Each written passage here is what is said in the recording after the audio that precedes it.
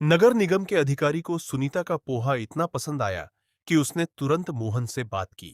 देखो, सड़क पर ठेला लगाना नियम के खिलाफ है, लेकिन अगर तुम लोग लाइसेंस बनवा लो तो यहाँ काम कर सकते हो।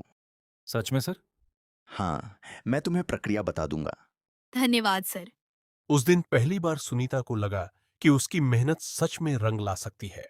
अब रोज बस स्टैंड पर सुनीता के पोहा के ठेले पर भीड़ लगने लगी। लोग दूर दूर से आने लगे।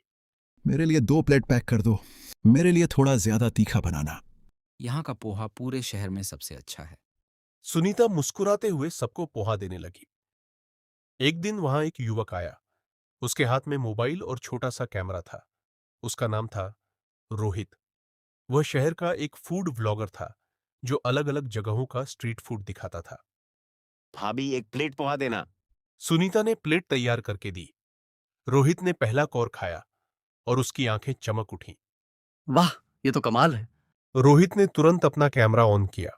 दोस्तों, आज मैं बस स्टैंड पर आया हूं और यहाँ मुझे मिला है सबसे छटपटा पोहा।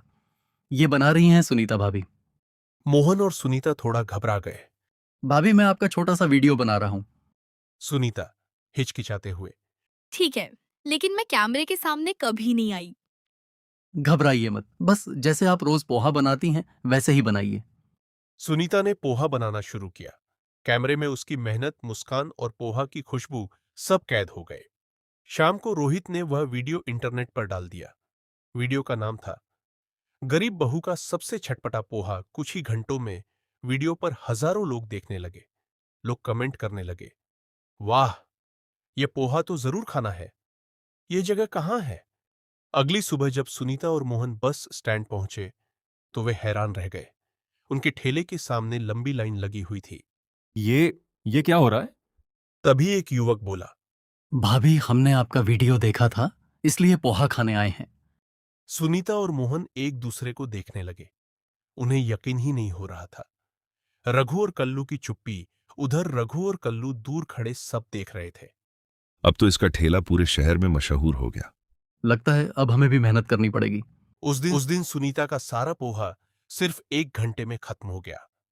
मोहन ने पैसे गिने तो वह हैरान रह गया। सुनीता, आज हमने 2,000 रुपए कमाए। मैंने कभी सोचा भी नहीं था कि हमारा छोटा सा ठेला इतना आगे बढ़ जाएगा। लेकिन असली बदलाव अभी बाकी था। जल्द ही सुनीता को एक ऐसा मौका मिलने वाला था जो उसकी पूरी जिंदगी बदल देगा। वीडियो वायरल होने के बाद अब हर दिन बस स्टैंड पर सुनीता के ठेले के सामने लंबी लाइन लगने लगी थी। लोग दूर दूर से सिर्फ उसका छटपटा पोहा खाने आते थे। सुबह होते ही ठेले के पास भीड़ लग जाती। भाभी, जल्दी 1 प्लेट पोहा देना। ये भी 1 प्लेट। सुनीता तेजी से पोहा बनाती और मुस्कुराते हुए सबको परोसती। लेकिन इतनी भीड़ देखकर मोहन थोड़ा परेशान भी हो रहा था। सुनीता, अब ठेले पर काम संभालना मुश्किल हो रहा है। हाँ, कई बार तो लोग इंतजार करते करते चले जाते हैं। अगर हमारे पास बड़ी दुकान होती तो अच्छा रहता। सुनीता चुप हो गई, क्योंकि दुकान लेना उनके लिए अभी भी बहुत बड़ा सपना था। उसी दिन एक बड़ी कार बस स्टैंड के पास आकर रुकी। कार से एक अमीर आदमी उतरा। उसका नाम था विक्रम सेठी।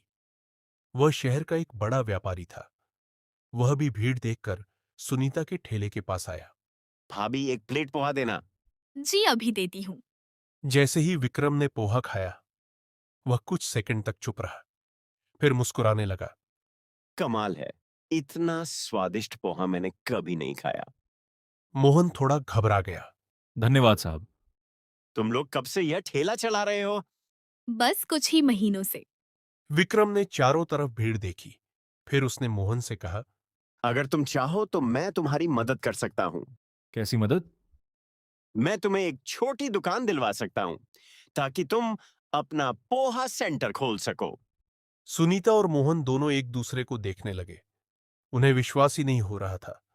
उस शाम जब वे घर पहुंचे तो पूरे परिवार को यह बात बताई। सच में कि हमें अब दुकान मिलेगी? ये तो बहुत बड़ी बात है। लेकिन हमें मेहनत पहले से भी ज्यादा करनी होगी। हम मेहनत से कभी नहीं डरते। कुछ ही हफ्तों में बस स्टैंड के पास एक छोटी सी दुकान तैयार हो गई। दुकान के बाहर बड़ा सा बोर्ड लगाया गया, सुनीता स्पेशल छटपटा पोहा सेंटर उद्घाटन के दिन बहुत सारे लोग आए। दुकान खुलने के बाद भी सुनीता ने अपना पुराना ठेला संभाल कर रखा, इसे क्यों संभाल कर रख रही हो? क्योंकि यही ठेला हमारी किस्मत बदल कर लाया है। लेकिन सुनीता की सफलता यही नहीं रुकी। जल्द ही वह पूरे शहर में पोहा क्वीन के नाम से मशहूर होने वाली थी। कुछ ही दिनों में सुनीता स्पेशल चटपटा पोहा सेंटर पूरे बस स्टैंड की सबसे मशहूर दुकान बन गई। सुबह होते ही दुकान के बाहर ग्राहकों की लंबी लाइन लग जाती। मेरे लिए एक स्पेशल पोहा, ऊपर से ज्यादा सेव डालना। मेरे लिए 2 प्लेट पैक कर दो। भाभी, आपका पोहा खाए बिना मेरा दिन शुरू ही नहीं होता। सुनीता मुस्कुराते हुए सबको पोहा परोसती जाती।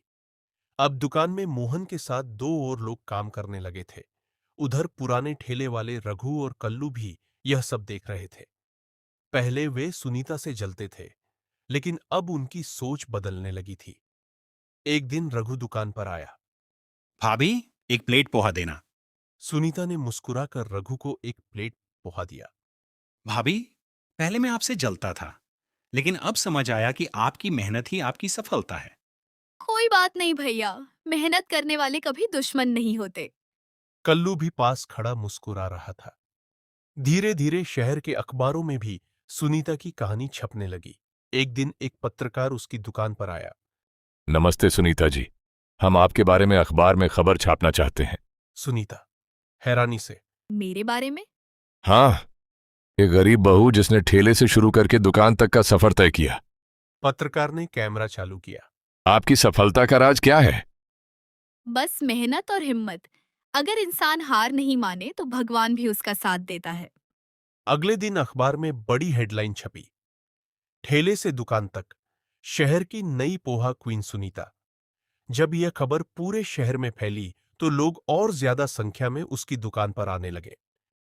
उस शाम घर में सब बहुत खुश है। बहू, आज पूरा शहर तुम्हारी तारीफ कर रहा है। बहू, आज मुझे तुम पर बहुत गर्व है। मोहन ने मुस्कुराकर कहा। अगर उस दिन तुम ठेला लगाने की हिम्मत नहीं करती तो आज ये सब नहीं होता। सुनीता की आंखें खुशी से भर गई, लेकिन सुनीता का सपना अभी भी बड़ा था। एक दिन उसने मोहन से कहा, मोहन, एक दिन हम बड़ा रेस्टोरेंट खोलेंगे। हैरान होकर। रेस्टोरेंट? हाँ, जहाँ लोग दूर दूर से हमारा पोहा खाने आएंगे। मोहन मुस्कुराया। अगर तुम्हारे साथ हूं तो ये सपना भी जरूर पूरा होगा। क्या सच में सुनीता का यह बड़ा सपना पूरा होगा? क्या गरीब बहू का पोहा एक दिन पूरे शहर का सबसे बड़ा ब्रांड बन जाएगा? समय धीरे धीरे आगे बढ़ता गया। अब सुनीता स्पेशल चटपटा पोहा सेंटर पूरे शहर में मशहूर हो चुका था। हर सुबह दुकान के बाहर लंबी लाइन लग जाती, लेकिन सुनीता के दिल में अब भी एक बड़ा सपना था। एक रात वह मोहन से बात कर रही थी। मोहन, मैं सोच रही हूँ कि अब हमें एक बड़ा रेस्टोरेंट खोलना चाहिए। रेस्टोरेंट? क्या हम इतना बड़ा काम कर पाएंगे? अगर हमने ठेले से दुकान तक का सफर तय किया है तो दुकान से रेस्टोरेंट तक भी जरूर पहुंच सकते हैं। ठीक है, हम कोशिश करेंगे। कुछ दिनों बाद वही व्यापारी विक्रम सेठी फिर दुकान पर आया। सुनीता जी, आपकी दुकान तो अब पूरे शहर में मशहूर हो गई है। आपकी मदद के बिना यह सब नहीं हो पाता। अगर आप चाहें तो हम मिलकर एक बड़ा रेस्टोरेंट खोल सकते हैं। मोहन और सुनीता एक दूसरे को देखने लगे। यह वही सपना था जिसके बारे में वे सोच रहे थे। कुछ महीनों की मेहनत के बाद शहर के मुख्य बाजार में एक नया रेस्टोरेंट तैयार हुआ। बाहर बड़ा सा बोर्ड लगाया गया, सुनीता पोहा पैलेस। उद्घाटन के दिन पूरा बाजार लोगों से भर गया। फीता काटने के लिए सुनीता ने अपने ससुर रामलाल को बुलाया। रामलाल भावुक होकर अपनी बहू से बोलता है, बहू, आज मुझे तुम पर बहुत गर्व है। रामलाल ने फीता काटा और रेस्टोरेंट खुल गया। भीतर से ताजे पोहा की खुशबू फैलने लगी। रेस्टोरेंट के अंदर हर टेबल भरी हुई थी। लोग दूर दूर से पोहा खाने आए थे। वाह, यहाँ का पोहा तो और भी स्वादिष्ट है। अब तो हम अपने दोस्तों को भी यहाँ लाएंगे। यह शहर का सबसे अच्छा नाश्ता है।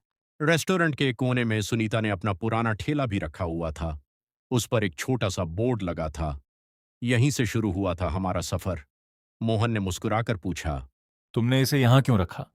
ताकि हमें हमेशा याद रहे कि हमने शुरुआत कहाँ से की थी। उस दिन पूरा परिवार बहुत खुश था। बहू, तुमने हमारे घर की किस्मत बदल दी।